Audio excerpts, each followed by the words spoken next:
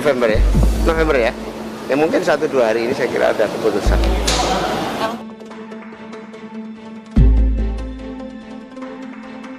Ketar-ketir 7 hari menjelang masa pensiun Panglima TNI Marsikal Hadi Tjahjanto, Dewan Perwakilan Rakyat mengaku belum menerima surat Presiden soal nama calon pengganti Panglima TNI Marsikal Hadi Tjahjanto yang akan pensiun dalam waktu dekat ini. Sampai detik ini saya belum cek, setahu saya belum terima surpres Panglima TNI, ungkap Wakil Ketua Dewan Perwakilan Rakyat Muhaimin Iskandar di Kompleks Parlemen Jakarta Senin 1 November 2021. Muhaimin Iskandar memperkirakan Presiden Jokowi bakal mengirimkan surpres Panglima dalam waktu dekat. Politikus PKB itu mengatakan Dewan Perwakilan Rakyat tidak mempersoalkan sosok pengganti Hadi Tjahjanto. Menurutnya, siapapun yang diusulkan oleh Presiden pastinya memiliki kapabilitas sebagai Panglima TNI. Lagi pula, menurut dia, Jokowi juga pasti tidak akan sembarangan memilih calon Panglima pengganti Hadi Tjahjanto. Semua calon-calon ini mumpuni, layak, tinggal Presiden yang akan menentukan sesuai rencana Presiden. Rencana Presiden pasti lebih utuh soal pertahanan dan kekuatan personil TNI kita. Senada, anggota Komisi 1 Dewan Perwakilan Rakyat Utut Adianto menyebut surpres Panglima itu belum masuk ke parlemen. Yang tahu cuma Pak Presiden, kalau saya ngomong mana tahu, orang surpresnya belum diterima. Utut juga mengaku belum mengetahui lebih jauh soal apakah pimpinan Dewan Perwakilan Rakyat sudah berkomunikasi dengan pihak Istana Kepresidenan mengenai hal ini. Menurut dia, pimpinan DPR pasti langsung memberitahu jika sudah menerima surpres.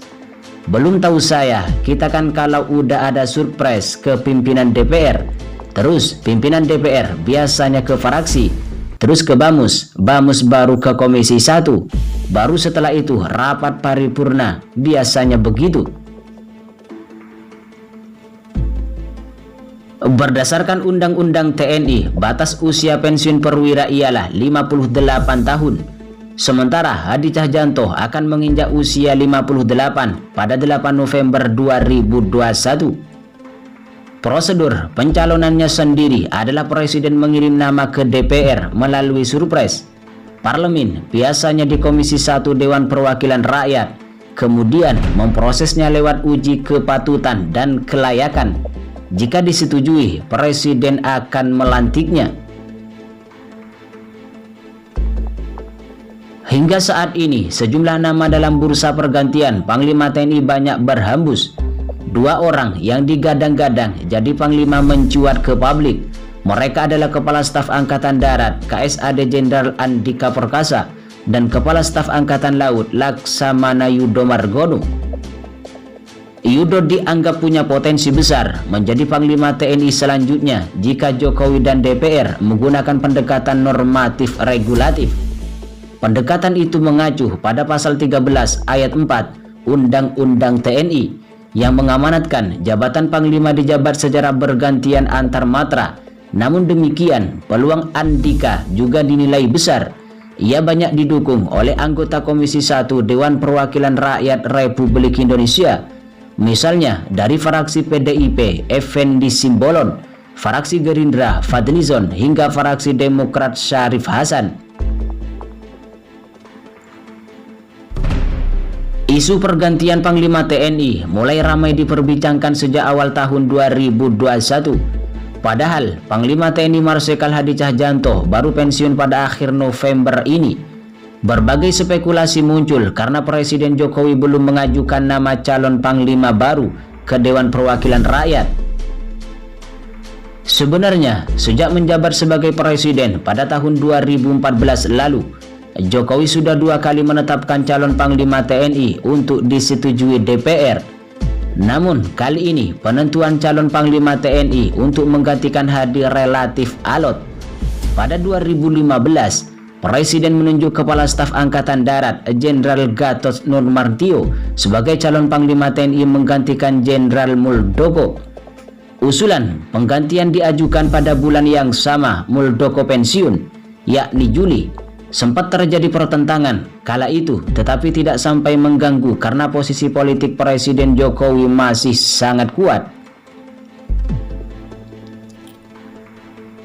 Usulan calon Panglima TNI pada 2017 bahkan dilakukan jauh-jauh hari sebelum Gatot Nurmantio memasuki masa pensiun. Presiden Jokowi menetapkan Marsikal Hadi Tjahjanto yang kala itu menjabat Kepala Staf Angkatan Udara sebagai calon Panglima TNI pada Desember, 4 bulan sebelum Gatot pensiun. Penggantian Panglima TNI itu pun sempat menimbulkan riak di internal TNI. Apalagi baru beberapa hari menjabat sebagai Panglima TNI, Hadi Tjahjanto menganulir keputusan mutasi dan promosi perwira yang dilakukan Gatot Nurmantio. Namun riak itu akhirnya bisa diredam. Gerak langkah Hadi selalu mendapatkan dukungan politisi Dewan Perwakilan Rakyat Republik Indonesia. Menurut informasi yang diterima, sebenarnya Presiden sudah mengantongi nama calon Panglima TNI. Menurut rencana, surat Presiden akan dikirim ke DPR pada 1 November saat pembukaan masa persidangan 2 tahun sidang 2021-2022. Surat pengajuan calon Panglima TNI baru itu kemungkinan baru dibahas pekan kedua November, karena biasanya pekan pertama masa persidangan baru DPR sibuk menggelar rapat-rapat internal untuk menyusun jadwal dan agenda. Walaupun isi surat Presiden Jokowi belum diketahui publik, kehadiran KSAD Jenderal Andika Perkasa di Bandara Soekarno-Hatta, Tangerang, Banten Jumat 29 Oktober 2021 untuk melepas Presiden Jokowi yang akan melewat ke luar negeri menimbulkan spekulasi baru. Sebelumnya, nama KSAL Laksamana Yudo Margono yang disebut Wakil Presiden Ma'ruf Amin sebagai Panglima TNI dalam pidato 16 September dalam sebuah acara di Tanara, Banten juga memicu spekulasi. Seorang perwira tinggi yang dekat dengan Presiden mengakui pemilihan calon Panglima TNI kali ini berlangsung alot. Undang-Undang Nomor 34 Tahun 2004 TNI menyebutkan Panglima TNI dapat dijabat secara bergantian. Walaupun penunjukan Panglima TNI adalah hak prerogatif Presiden, kata bergantian kerap menimbulkan berbagai interpretasi. Perlu diingat, pasal 13 ayat 5 Undang-Undang TNI ini dibuat dengan latar sejarah. Pada masa Orde Baru, Panglima TNI hanya dipegang Jenderal TNI AD, namun istilah bergantian dalam praktik tidak kemudian bergantian antar matra. Namun, sedikit banyak hal ini tentu berpengaruh pada persepsi para prajurit TNI, termasuk TNI AL. Setelah perwira TNI AL, Laksamana Agus Suhartono menjadi Panglima pada tahun 2010 sampai 2013. Berturut-turut posisi itu dijabat 2 kali oleh perwira tinggi TNI AD, yakni Jenderal Muldoko dan Jenderal Gatot Nurmantio. Dilanjutkan oleh perwira tinggi TNI AU Marsikal Hadi Tjahjanto selama 4 tahun.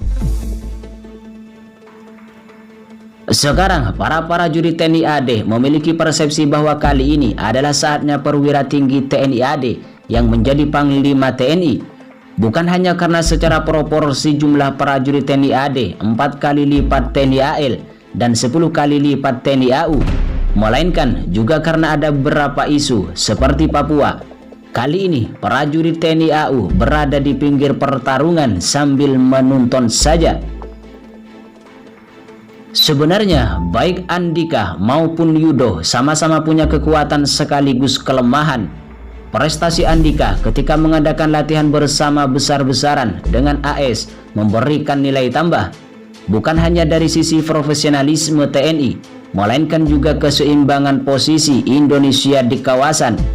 Namun jika dipilih menjadi Panglima, Andika Perkasa hanya punya waktu 1 tahun bekerja karena akan pensiun pada Desember 2022. Sementara Yudo baru pensiun pada November 2023. Namun sebagai KSAL, Yudo memikul tanggung jawab besar akibat tenggelamnya KRI Nenggala 402 yang menelan korban 53 jiwa prajurit dan melemahkan kekuatan TNI AL.